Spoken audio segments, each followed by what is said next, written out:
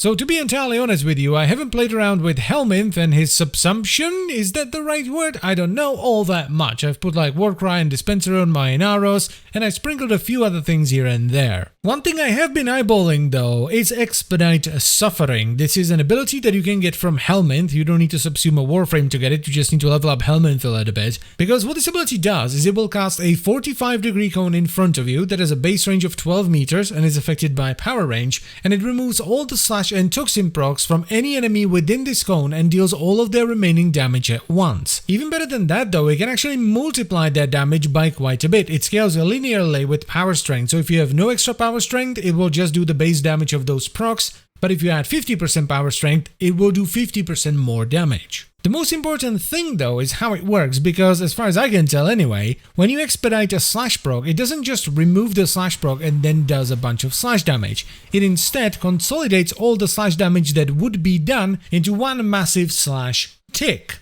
So it retains what is effectively the true damage effect of slash procs. So why am I talking about this now and not when it first came out? Well, I didn't really see a reason to use it, because back then we didn't have extra chunky Eximus units. Even if you wanted to steal Path, unless you were sitting there for a few hours, you would just trash it with a proper slash build.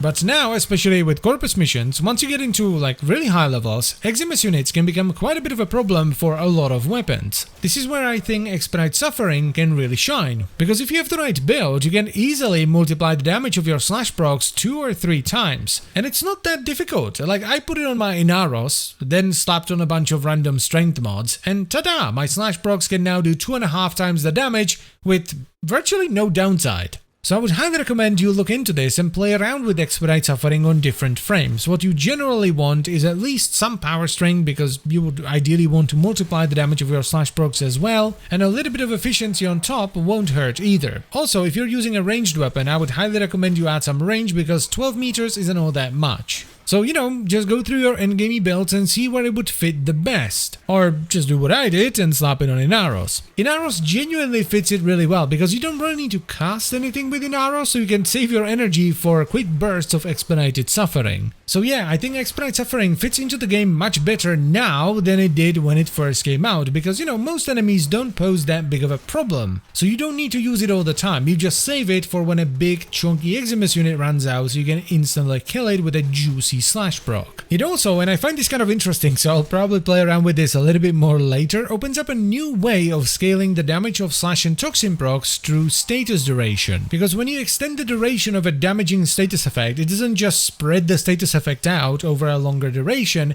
it fills in the extra duration with extra ticks of damage. Which means that when you expedite it, all of those extra ticks will be added to the total damage. This could actually be pretty interesting when used on Sarim, because not only does she have Toxic Lash, which allows you to add a bunch of extra toxin damage to your weapons, which you can then expedite, but her passive also increases the duration of any status effects she inflicts by 25%. But anyway, that's pretty much all I wanted to say. I just wanted to let you guys know that this is something that I think is worth looking into, because it could really help out your slash-based weapons in those high-level missions, especially when you're fighting the Corpus. And who knows, maybe you'll find something funky that lets you do insane damage through like some weird status duration nonsense. Because some of the status duration mods give you quite a bit, like Continuous Misery for rifles gives you 100%, a Lasting Sting for melee gives you 110, and I don't even know how high Rivens could roll it. So yeah, let me know if you find out something funky, or if you're already doing something funky with this in the comment section down below.